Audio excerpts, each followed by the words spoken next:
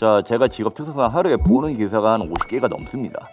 좀 잡다하게 많이 합니다. 자, 그래서 뭐 취준생분들이라든지 아니면 재직하고 계신 분들에게 이런 정보를 그냥 같이 좀 공유를 하면 좋겠다라는 생각이 들더라고요. 그래서 오늘 첫 편으로 친환경에 대한 이슈를 한 10가지 정도만 정리를 해서 가지고 왔습니다. 그럼 시작할게요.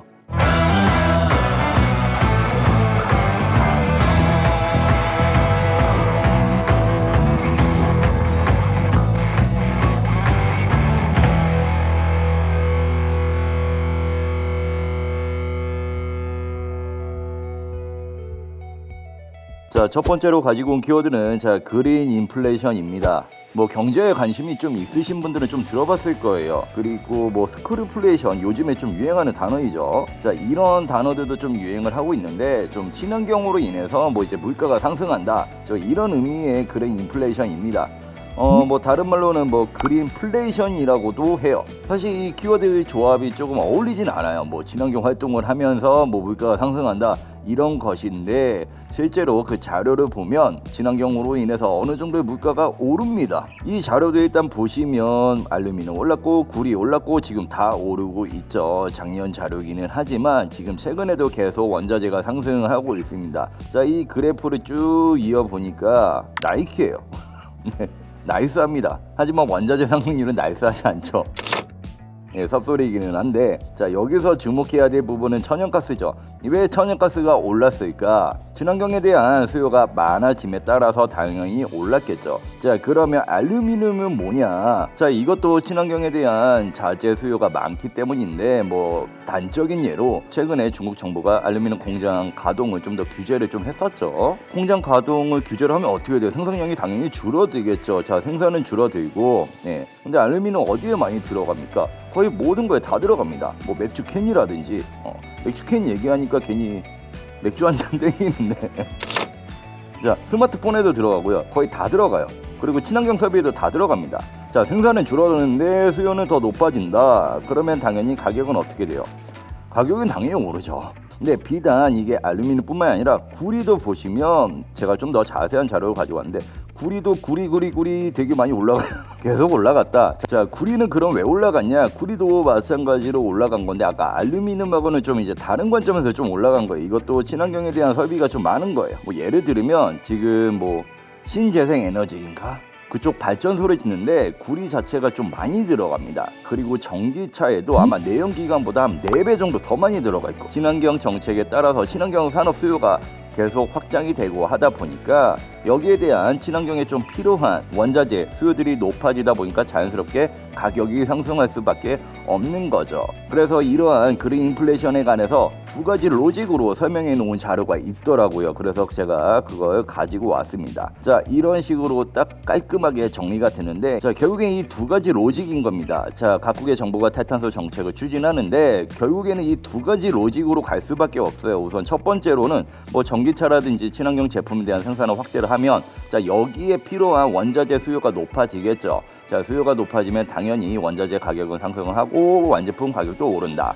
자, 이와는 반대로 탄소 배출량이 많은 산업의 생산 활동들을 좀 규제를 하는 겁니다. 자, 규제를 하다 보면 당연히 생산량이 줄어들 수밖에 없고, 아니면 친환경 설비라든지 이런 설비 파트를 설립을 하다 보면 친환경에 따른 어떤 비용이 증가를 하겠죠. 이런 비용 증가에 따라서 원자재 값은 상승을 하고 결국에는 완제품 가격이 상승을 한다. 이런 식의 로직으로 계속 가는 거예요. 자, 그리고 두 번째로 가지고 온 키워드는 C테크입니다. 자, C테크가 뭐냐면 뭐 청정, 기후, 뭐 그런 C가 들어가는 것도 있죠. 뭐 탄소라든지 그 C를 철자만 따서 여기다 테크만 붙인 겁니다. 뭐 핀테크는 많이 들어봤잖아요.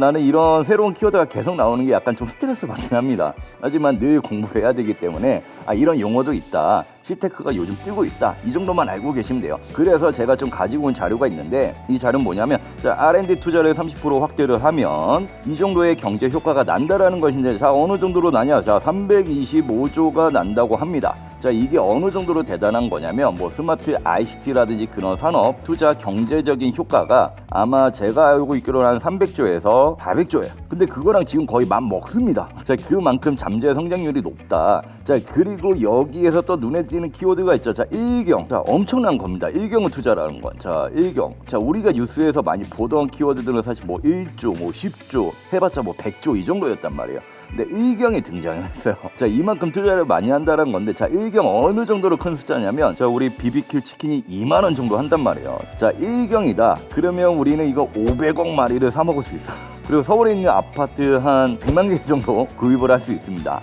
각설하고 다시 돌아가서, 자, 이 정도로 큰 시장인데, 자, 이렇게 크고 있다라는 시장을 반증할 수 있는 자료가 또 있습니다. 자, 기후테크 분야 유니콘이 벌써 어느 정도로 성장했냐면 43곳이나 있을 정도로 성장을 했고요. 자, 연평균 성장률은 더 미쳤습니다. 84%야. 어떤 한 산업군이 연평균 성장률이 10% 20%만 해도 되게 큰 건데 여기 84%로 엄청난 잠재력을 가지고 있다라는 거겠죠. 자, 그리고 세 번째 K-텍소노미입니다. 자, 이게 뭐냐면, 자, 녹색 부분 24개, 전환 부분 5가지 해가지고 69개 경제활동에 대해서, 자, 이런 것들이 친환경 활동입니다 라고 어떤 가이드라인을 좀 제시를 해준 거예요. 사실 지금까지 우리나라 친환경에 좀 문제가 뭐였냐면, 자, 친환경을 해라 라고 권유는 하는데, 자, 어떤 가이드라인이 있어야 될 거 아니야. 근데 가이드라인이 지금까지 미흡했어요. 그리고 뭐 그린워싱이다 해서 그런 문제점도 좀 있었기 때문에, 자, 이런 활동이 친환경 활동이고, 이 정도로 해야지 이걸 친환경으로 인정을 해주겠다라고 어떤 가이드라인을 제시를 한 겁니다. 자, 그런데 우리 한국형 녹색 분류 체계의 어떤 모태가 되는 우리나라가 좀 더 벤치마킹 하려고 했던 곳이 있죠. 바로 어디냐면 유럽입니다. 자, 유럽 같은 경우는 일찍이 녹색 분류 체계라든지 친환경 활동 정책을 아주 강하게 좀 추진을 하고 왔어요. 그래서 탄소 배출권 거래 시장도 엄청나게 큽니다. 그래서 이 친구들은 지금 어떻게 했냐면 이 6가지로 일단 정렬을 했는데, 이 유럽 같은 경우에도 조금 진통이 좀 많았습니다. 자, 뭐 가지고 좀 문제가 많았냐면, 원전 활동을 좀 친환경에다가 포함을 할 거냐 말 거냐, 자, 이걸로 좀 진통이 있었어요. 근데 뭐 포르투갈이라든지 독일 같은 경우에는 원전은 그냥 그린워싱이다, 그게 무슨 친환경 활동이냐 라면서 뺄 것을 강력하게 막 주장을 하면서 막 공동 성명 발표하고 막 다 했어요. 그런데 결국엔 어떻게 됐죠? 자, 원전이 포함이 됐습니다. 자, 원전도 친환경이다 라고 포함을 시켰어요. 자, 결국에는 원전이 친환경 활동에 포함이 됐는데, 저는 그 이유가 조금 궁금하더라고요. 얘네가 왜 이렇게 이걸 가지고 싸웠을까 라고 한번 그 이유를 한번 파악을 해 보았더니, 독일은 원전 비율이, 자, 전력 생산에서 비중이 11.3%밖에 안 돼요. 원전이 많이 없는 거예요, 애초에. 반면에 좀 원전을 친환경 활동에 포함을 시키자라고 좀 주장을 했었던 프랑스 같은 경우에는, 야, 원전 비율이 70%야. 야, 이번에 원전이 친환경 활동에 포함이 안 되었으면 이 프랑스 어떻게 해요? 큰일 났습니다. 말 그대로 못했죠. 하지만 독일은 약간 억울하겠죠. 사실 독일이 억울한 게, 얘네들이 예전에는 원전 비율을 낮추려고 많은 감내를 했어요. 국민경제 차원에서도. 뭐 예를 들면 전기 요금이 어느 정도 많이 올랐었고요. 실제로 원전 비율을 낮추다 보니까 그렇게 국민들이 좀 감수를 많이 했음에도 불구하고 원전이 포함이 돼버리면 어떻게 해서 억울하죠. 아니, 우리는 국민경제가 이렇게 감수를 많이 했는데 원전을 빼버렸네. 조금 열받겠죠. 네, 저라도 열받겠지만, 이게 일각에서 이런 말들도 좀 많이 있습니다. 원전을 포함을 시키지 않았으면 이유가 감축하려는 그 탄소 배출량 감축 목표를 이루지 못할 거다. 실제로 여러분들이 좀 관심 있다면 찾아보셔도 돼요. 이유 감축 목표가 상당히 빡셉니다. 그래서 원전 활동을 포함시켜야지만 이 감축 목표를 이룰 수 있다, 이런 주장도 있어요. 하지만 이 원전 활동에 대해서 대신에 어떤 선행 조건들이 있습니다. 뭐 폐기물을 완벽히 처리해야 된다든지. 하지만 이 조건도 상당히 아주 높아요. 그래서 이런 조건들도 한번 관심 있게 지켜보시면 좋겠습니다.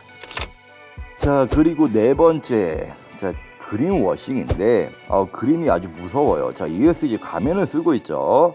말 그대로 가짜라는 겁니다. 가짜 ESG 활동, 가짜 친환경 활동이라는 거죠. 뭐 예를 들면 이런 거죠. 친환경 제품이라고 해서 내가 구매를 했더니 오히려 이 제품이 환경을 더 파괴하고 앉아있어. 이런 거 대표적으로 그린워싱이라고 할 수가 있습니다. 사실 우리나라가 그 K-텍소노미를 좀 발표한 것도 이러한 그린워싱을 좀 사전에 방지를 하기 위해서 좀 가이드라인을 빨리 마련을 한 것도 있어요. 그리고 이런 그린워싱을 더 적극적으로 방지를 하기 위해서 지금 어떤 캐나다의 친환경 기업 같은 경우에는 이렇게 7가지로 분류를 해 놓았다고 합니다. 그래서 우리나라 에너지 공단에서도 이런 식의 자료를 활용을 해서 적극적으로 홍보를 하고 있다고 해요. 그래서 공공기관에 뭐 재직 중이시거나 아니면 공공기관 지원에 관심이 많으신 분들이 있다면 이런 그린워싱을 어떻게 방지를 할 것인지에 대해서도 한번 고민해 보시면 좋겠습니다. 자, 그리고 화제를 좀 전환해서 친환경 하면 떠오르는 국가들이 있죠. 바로 유럽. 유럽에서는 친환경 시장 자체 규모가 엄청나게 크고 정부도 적극적으로 환경 정책을 시행하는 국가 중에 하나입니다. 그러면 유럽 시장의 친환경 시장은 어느 정도 규모인지 한번 살짝 알아볼게요. 그 친환경 시장을 제일 쉽게 알아볼 수 있는 곳이 있죠. 바로 어디입니까? 자동차입니다. 그러면 자동차에서 친환경이라고 한다면 전기차겠죠. 그래서 지금까지 전기차 판매량이 어느 정도로 증가했는지 알아보면 유럽 시장 친환경 시장이 이 정도 되겠구나 라고 좀 유추를 할 수 있을 것 같아요. 그래서 좀 가지고 왔는데 글로벌 전 세계 전기차 판매량 추이를 보면 거의 몇 배 정도 올랐냐면 한 10배 정도 올랐습니다. 엄청나죠? 그럼 유럽은 어떠하냐? 일단 유럽의 어떤 자동차 전체 시장은 20% 정도 감소를 했는데 전기차 시장은 어떠냐면 137% 정도 증가를 했어요. 계속 증가하는 추세에 있습니다. 사실 이렇게 전기차에 대한 수요가 계속 높을 수밖에 없는 게 내연기관에 대한 규제 자체가 엄청 높습니다. 특히 이번에 EU에서 25년까지 유로 7이라고 해서 그 배출가스 기준을 좀 마련을 했는데 이 기준에 따르면 거의 4배 이상의 배출 규제를 지켜야 됩니다. 4배 이상 줄여야 돼요. 그만큼 EU가 이제는 내연기관 자체를 우리 시장에서 퇴출하겠다. 이런 분위기 때문에 전기차 시장은 계속 커질 수밖에 없다. 그리고 그 다음으로 우리나라 친환경 시장은 어떠한가 그 동향도 한번 보도록 하죠. 친환경 시장에서 제일 주목할 만한 곳이 있죠. 바로 재활용 시장입니다. 쓰고 다시 쓰는 시장이죠. 옛날에 그 아나바다 그 운동 아시는 분들이 있을지 모르겠지만 이거 알면 고인물. 2017년에 비해서 2024년에는 어느 정도 규모로 성장을 하냐? 4천억 정도의 규모로 성장을 할 거다. 이렇게 전망을 할 정도로 계속 성장세에 있습니다. 그러면 친환경 시장에서 또 파생된 다른 시장 하나가 더 있죠. 그 시장이 뭐냐면 바로 비건입니다. 2018년에 비해서 지금 2025년이 되면 거의 2배 정도 늘 거다라고 예측을 하고 있는데 이렇게 많이 성장을 할 수밖에 없었던 이유 중에 하나가 옛날에 비건 하면 그냥 식품, 야채, 그냥 채식 다 먹는 거에 좀 국한이 되어 있었는데 지금은 전 산업 분야로 확대가 돼서 뷰티, 패션, 자동차 거의 전 모든 분야에 비건이라는 용어가 쓰이고 있어요. 말 그대로 비건이 낄낄빠빠 못하고 있는 거예요. 전 산업 분야에 다 쓰이는 겁니다.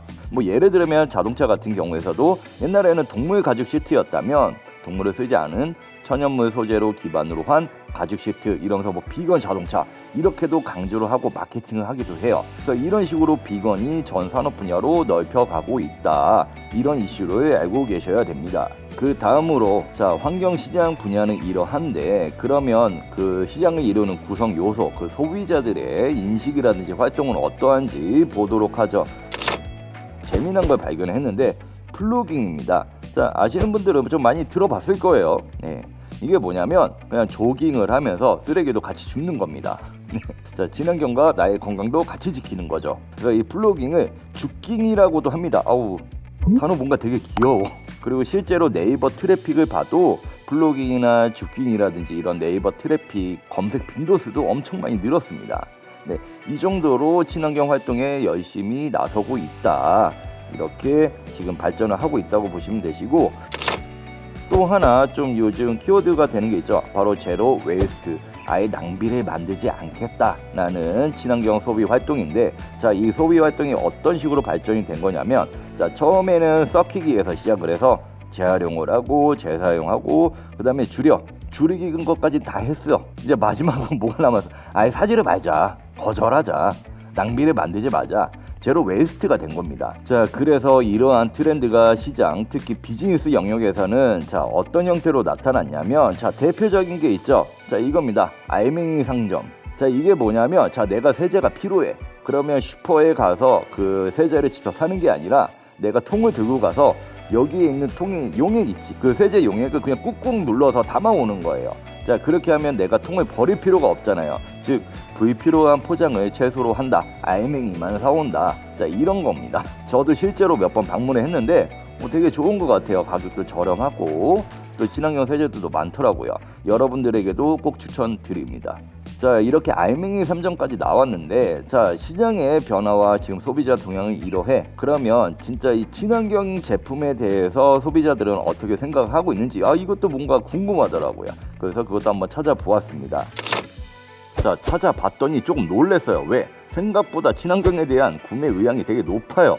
특히 이 자료를 보면 좀 되게 재밌는 게, 자 여기서 가장 비싼 게 뭐냐면 내용물이 친환경적인 제품, 이게 제일 아무래도 좀 비쌀 겁니다. 근데 이 친환경적인 제품은 이 Z세대에서 구매율이 다른 세대에 비해서 확 떨어져요. 제일 낮습니다. 자, 그러면 제일 구매력이 높은 쪽은 어디냐? 베이비붐 세대입니다. 왜? 돈이 가장 많거든.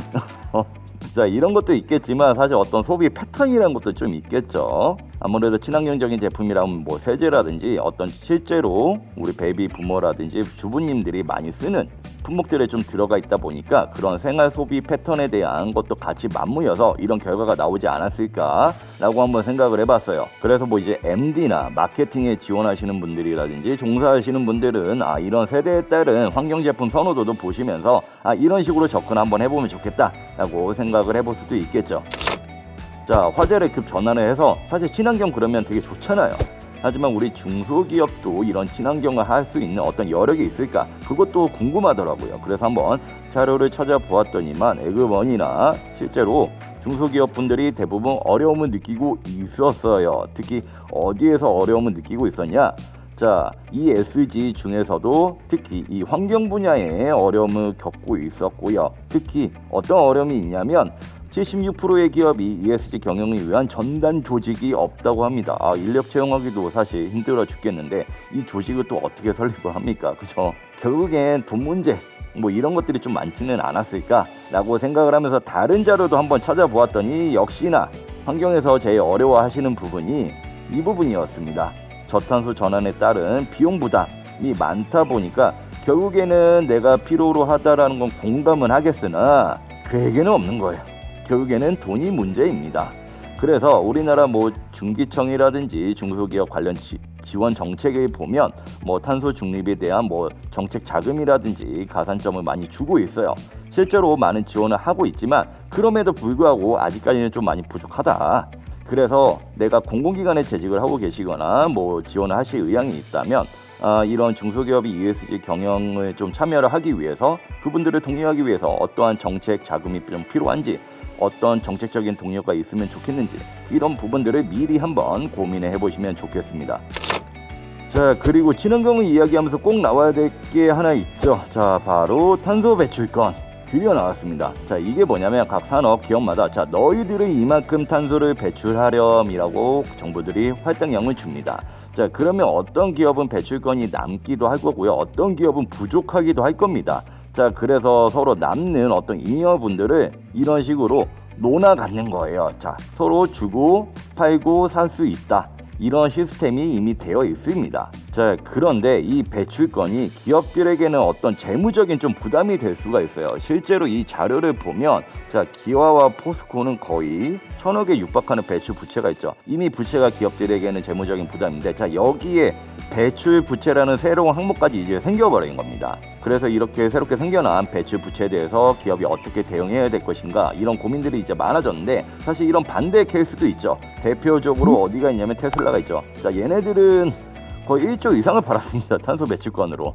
이런 반대 케이스도 있다. 그리고 이 탄소 배출권의 이야기를 다루면서 사실 뭐 유럽 시장이 되게 크거든요, 이 거래 시장이. 그래서 그 거래 시장의 규모라든지 아니면 최근에는 금융권에서 ETF 탄소 배출권 상품 그런 것도 나왔는데, 사실 이야기하고 싶은 게 되게 많지만 그것까지 얘기하면 너무 길어지기 때문에 추후에 시간이 되면 좀 더 자세하게 풀이를 하도록 하겠습니다.